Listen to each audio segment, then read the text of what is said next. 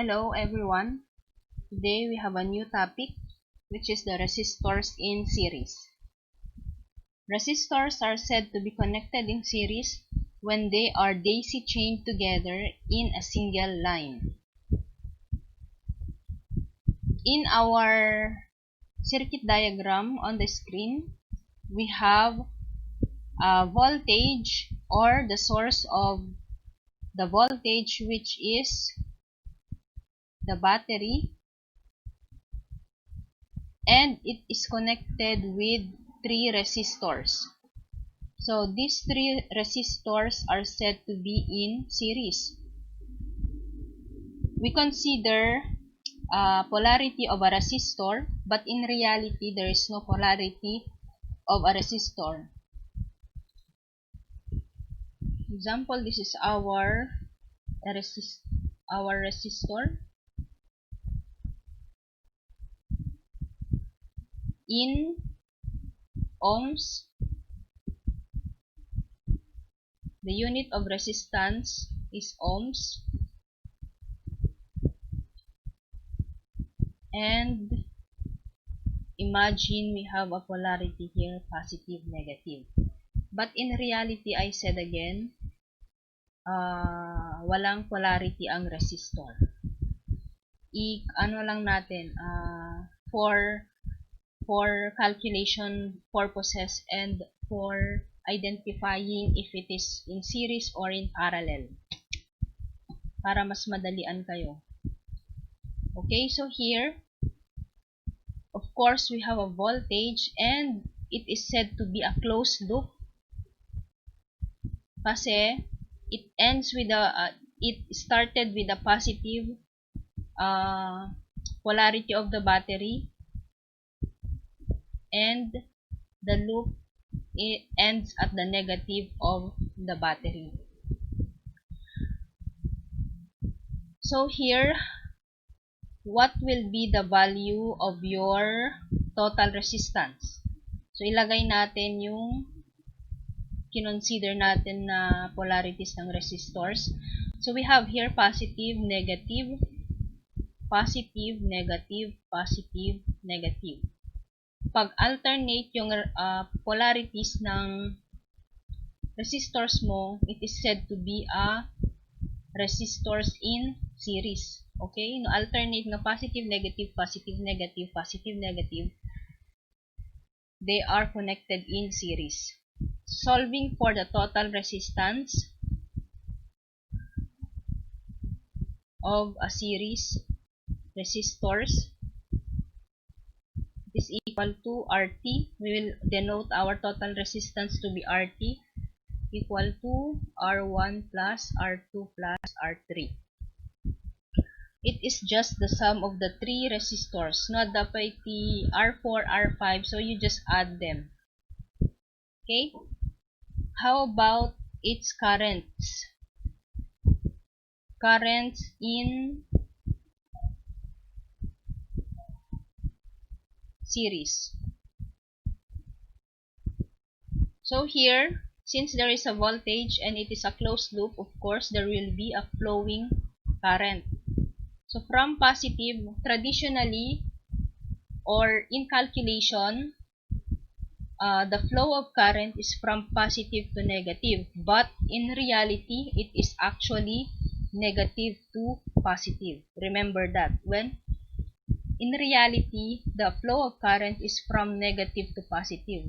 But scientists, or I don't know who considered it, nagmay-sada nga i-consider nga flow of current in solving is from positive to negative. Iso ti sursurutan tayo tatak. So from positive to negative, there will be a flow of current, and we will name it as a total current. Of course, it is total kasi naadaanan na amin ni resistors mo. And the current flowing in R1, we will denote it as I1, R2 is I2, R3 is I3. As you can see, they flow in the same direction. Therefore, the currents in series of resistors are the same. Okay? The same. So, total current is equal to I1 equal to I2 and is equal to I3. How about the relationship of voltage? So, voltage,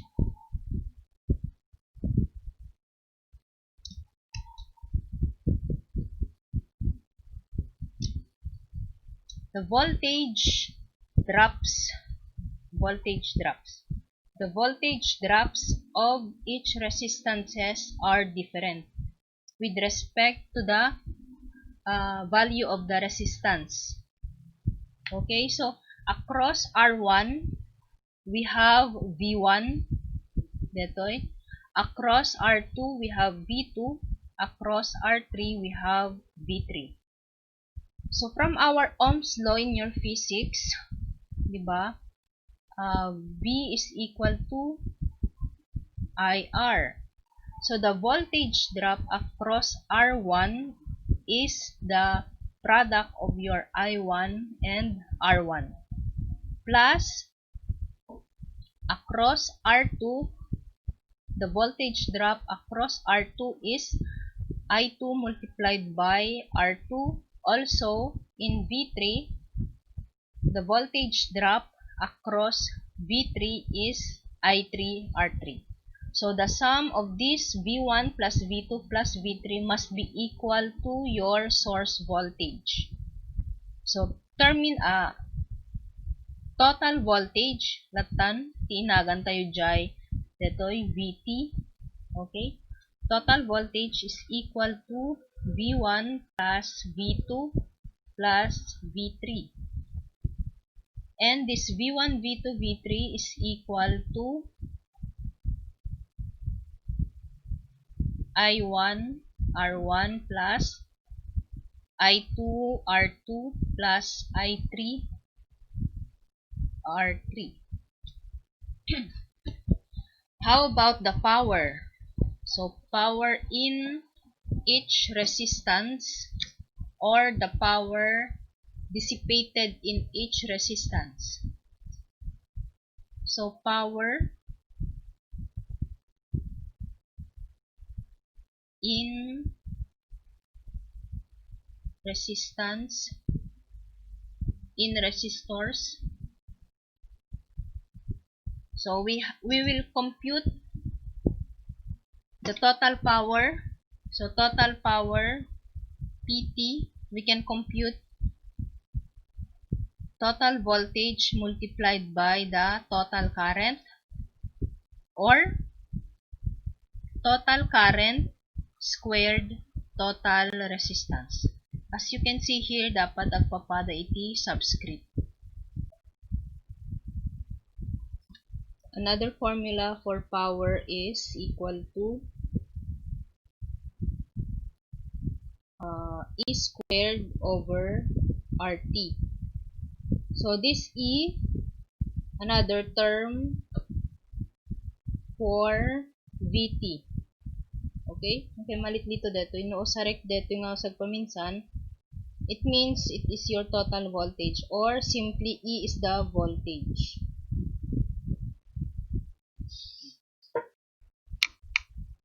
So, power dissipated in each resistor, power consumed by the resistor 1, let's say P1, it is equal to I1 squared R1 or the voltage drop in V1 multiplied by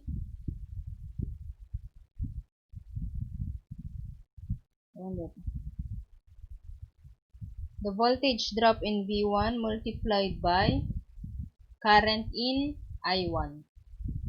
P2, same, I2 squared R2 or V2 I2.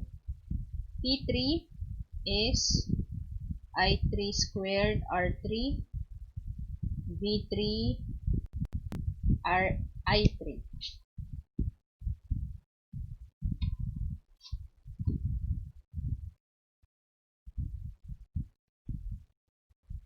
We have here example of a series. Our circuit R1, R2, and R3 are connected in series, and it is energized by a 12-volt battery source. This VS stands for source voltage. So calculate the total resistance, total current, current flowing in I1, I2, I3, the voltage drop across V1, V2, and V3. First, you'll calculate your RT. So total resistance for simple series circuit is the sum of all the resistances plus R3. So equal to 10 ohms, 20 ohms, plus and 30 ohms. So that is equal to 60 ohms. How about our current I, or this one is your total current.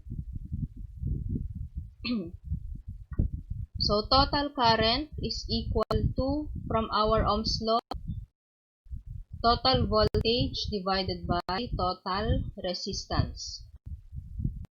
So total voltage is 12 volts divided by 60. So that is equal to 0.2 ampere. So unit for current is ampere. Next, for I1, I2, I3.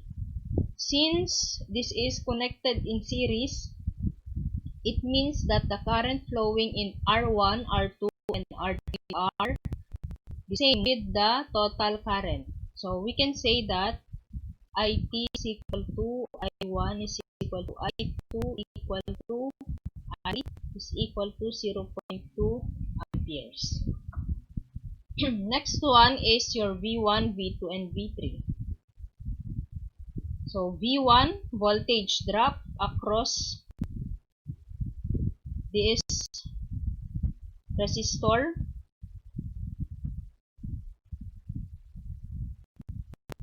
Dito. Example, no adati voltmeter mo toy across V1. So timaridjay voltmeter mo is the voltage drop.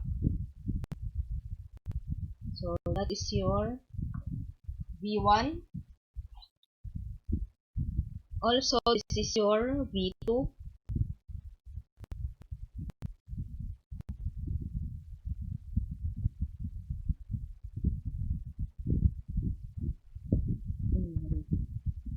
And V3.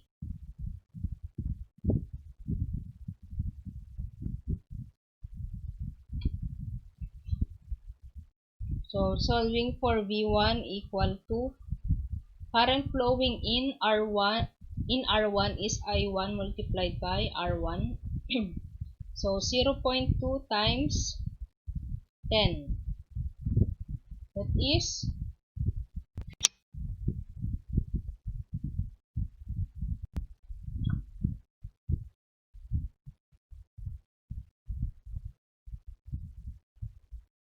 2 amperes.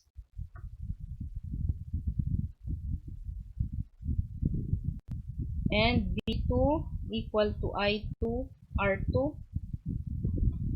So 0.2 times 20. That is 4 amperes. Last one is the V3. So I3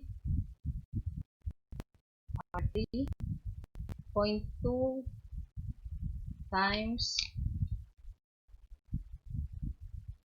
30. So that is 6 ampere. Ay, 6. Sorry, this is volts. Ay, nako. This is volts.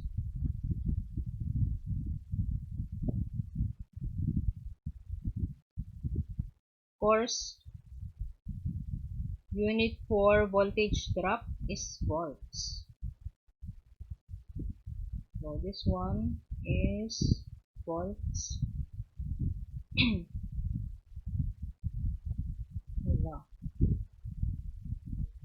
Volts. So if we add all together V1, V2, and V3, we'll end up getting our source voltage. Our source voltage is 12 volts.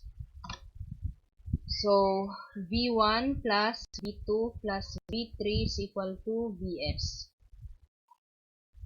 2 plus 4 plus 6 is equal to Vs.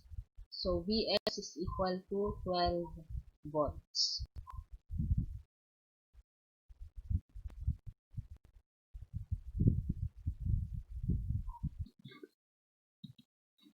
So another way to solve the voltage drops across resistors is by using the voltage divider theorem. So VDT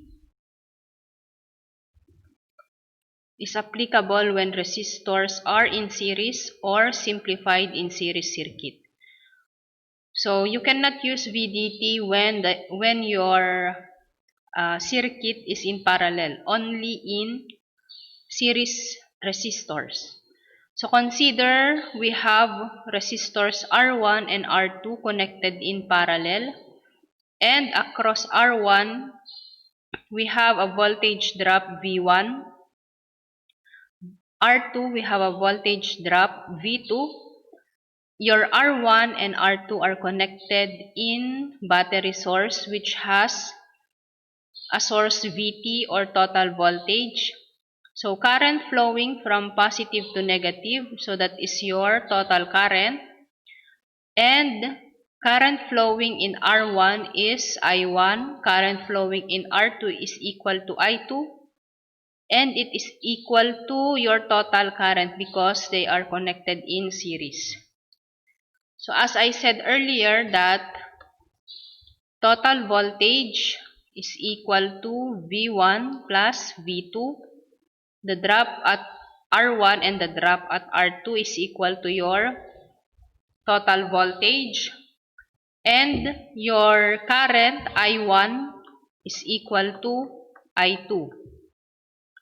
From our Ohm's law, I is equal to V over R. So we will adapt this one here. Since this is I1, we will have V1 all over R1 equal to V2 all over R2. Getting V2 or V1, so I will get V2 na lang. So V2 is equal to cross multiply V1 R2 divided by R1.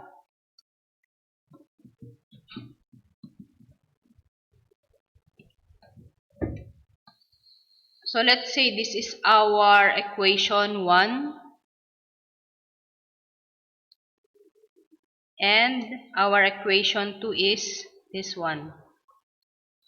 So substitute equation 2 in 1.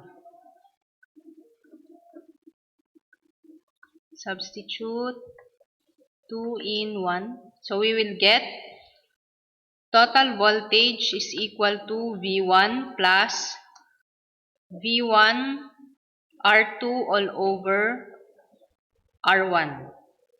Multiplying both sides by R1, we will have VT R1 equal to V1 R1 plus V1 R2. Simplifying this, we have VT R1 equal to V1 multiplied by R1 plus R2. So, getting your voltage drop at resistor 1, V1 or E1 is equal to total voltage multiplied by R1 divided by R1 plus R2. So, this is the formula in getting the voltage drop across R1 when you have two resistors only. Okay, no two resistors. How about V2? So V2 is equal to E2 equal to VT R2 divided by R1 plus R2. So, mapansin nyo, if your subscript here is 1, also the numerator here in resistance is 1, as well as 2 here, the resistance numerator na is 2. So, the general formula for the voltage drop is Vn. N is unknown, or the voltage drop that you are going to solve. Voltage drop that you are going to solve. It is equal to the total voltage always multiplied by its resistance divided by the total resistance. Okay, so if you have 3 resistors, no, the 3 resistors mo connected in series,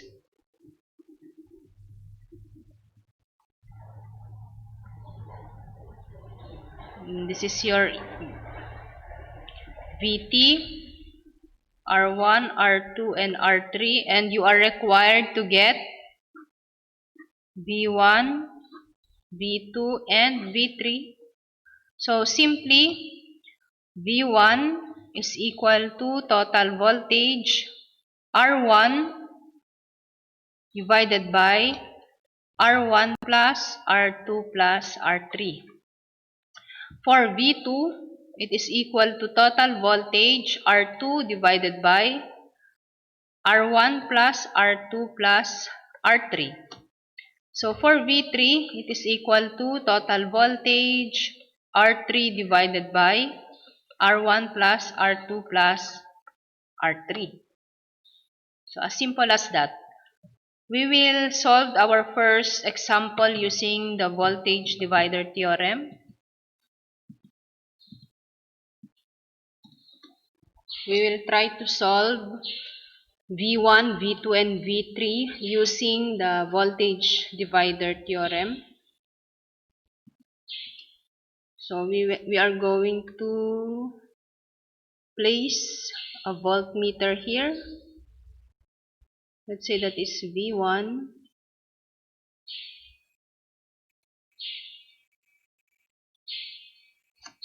Then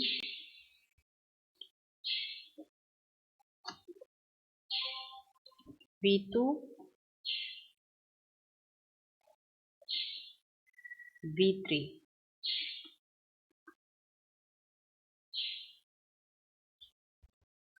Solving for V1, so that is equal to total voltage multiplied by R1 divided by total resistances R1 plus R2 plus R3 equal to our total voltage is 12 volts times 10 divided by 10 plus 20 plus 30.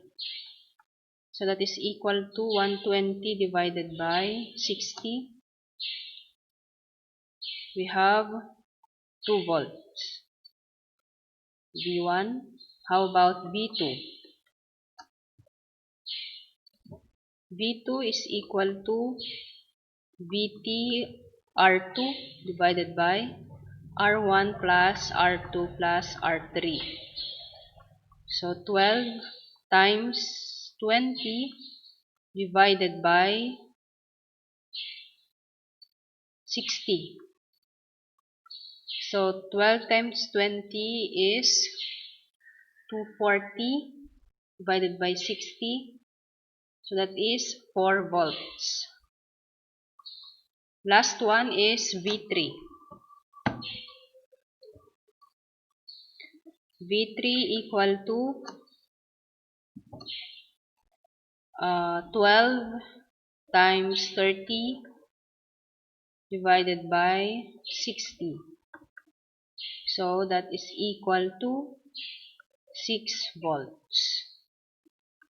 So adding them together, V1 plus V2 plus V3 is equal to 2 plus 4 plus 6 is 12 volts.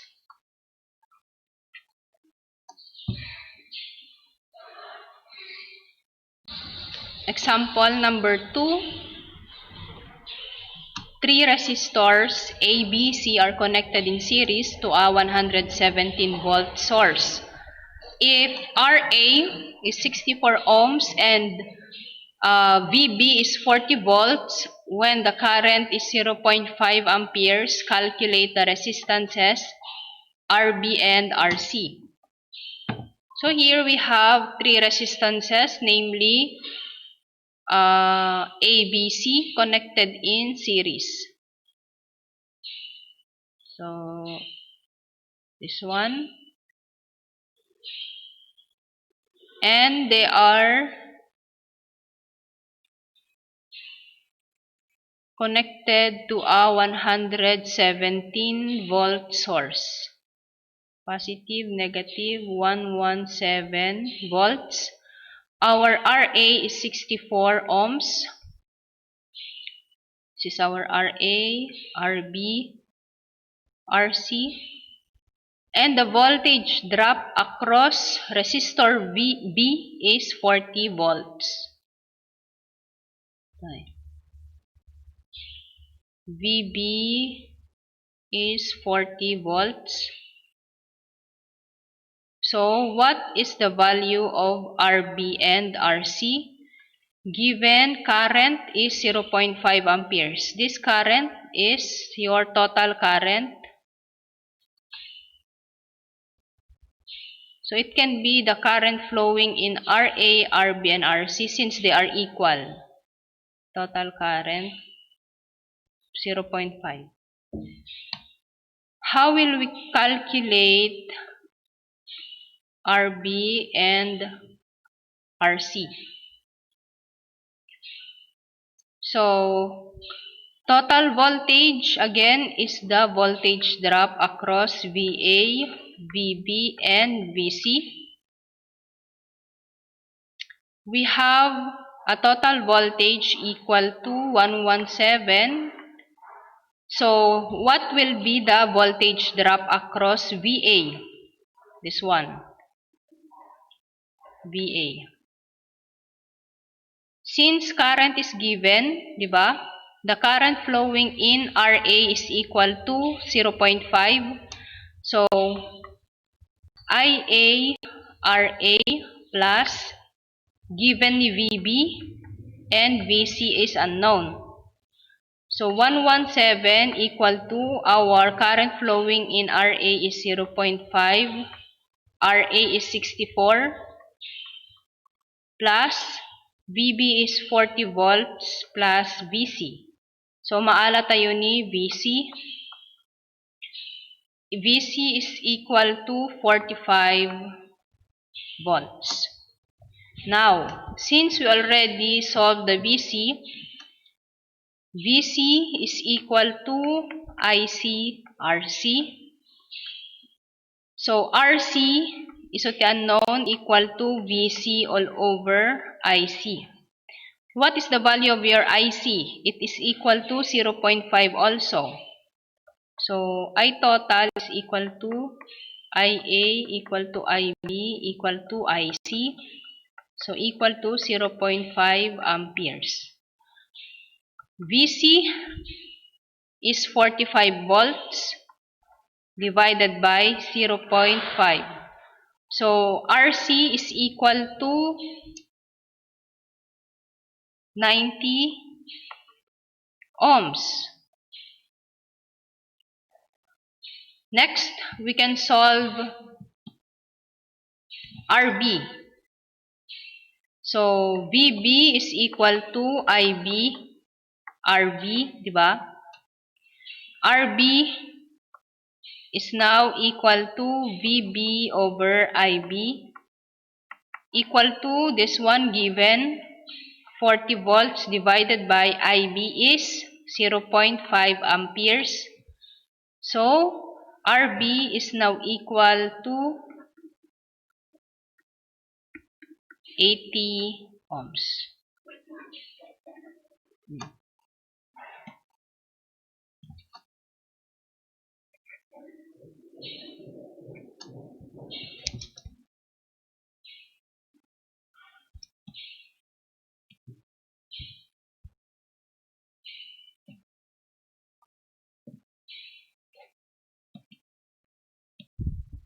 We have our third example. Three resistors RA, RB, and RC are connected in series to a 120 volt source. If RB is equal to twice RA and RC is thrice RA, and the total power taken by the circuit is 200 watts. Calculate letter A, the resistance of each resistor, the power in each resistor. So first, we will draw the circuit diagram of this problem. We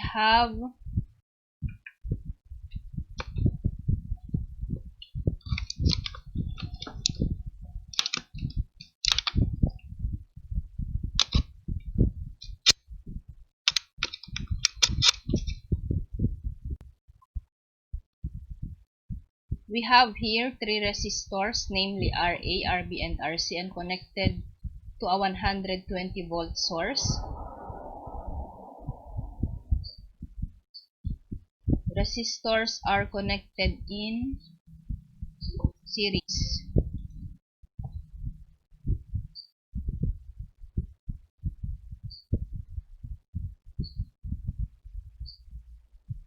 Let's say this is RA, RB, and RC, connected to a battery, 120 volts. Our RA as it is, our RB is equal to twice the RA, our RC is thrice the RA. And the total power taken by this circuit is equal to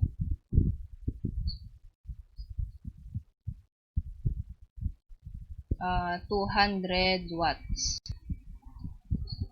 So we will solve for RA, RB, and RC and the power in each resistor. Now, what will be the current flowing in this circuit? The total current.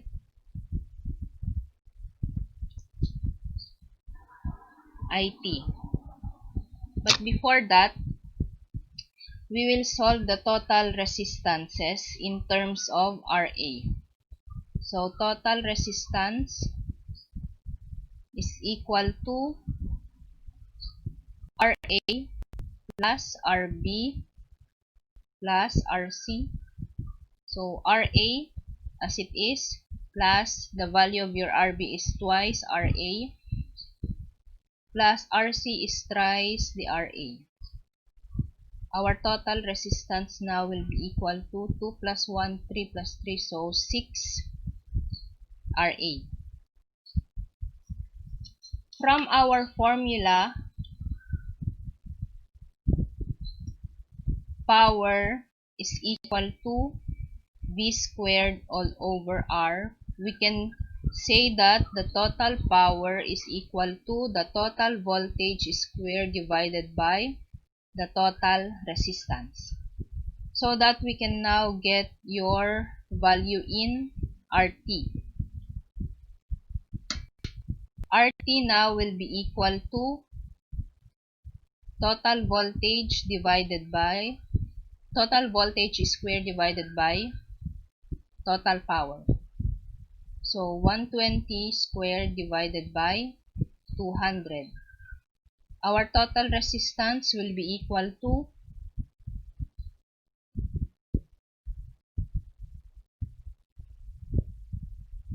72 ohms.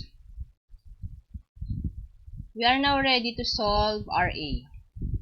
We just have to substitute the value of your RT here and we will get now your RA. So RT is equal to 6 times the RA. RA is equal to 72 divided by 6. So RA is equal to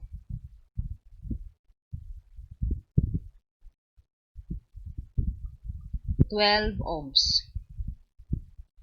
Naalatay ni RA.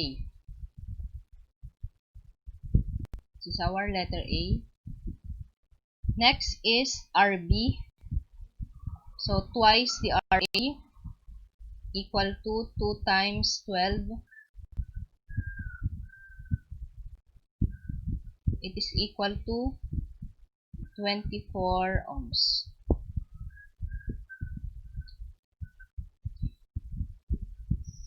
Next one, last is the RC. So thrice the RA, 3 times 12 is equal to 36 ohms.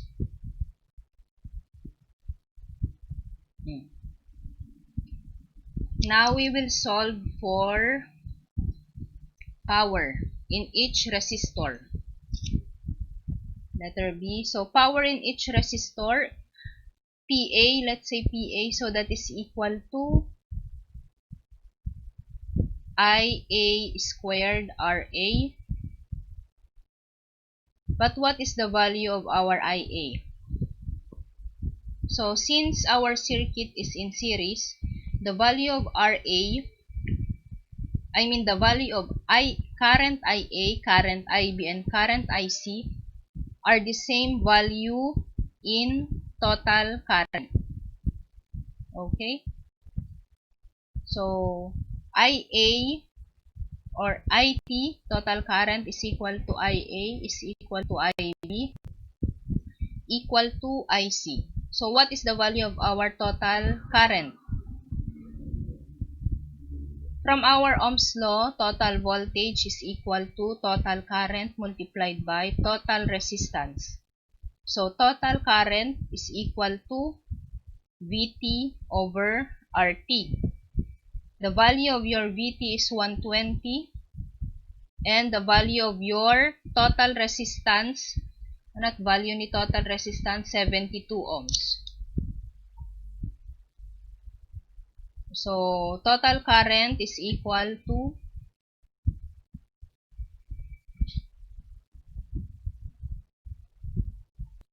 1.667 amperes. So substituting now the value here. So 1.667 squared times RA. RA is 12 ohms. So that is equal to 33.347 watts. PB. So IB squared RB. 1.667 squared times 24. So it is equal to 66.8 1.693 watts. For PC, so IC squared RC equal to 1.667 squared times 36 equal to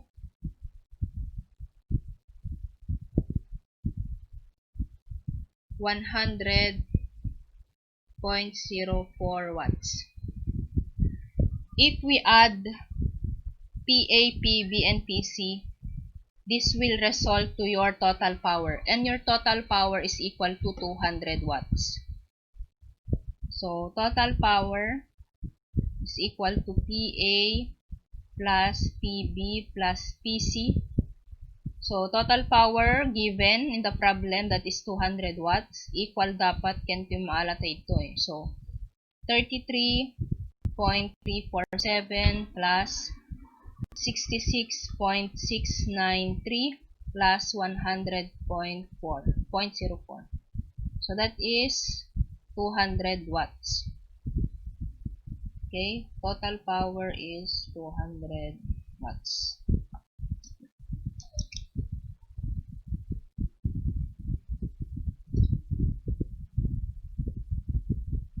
So, this is the solution.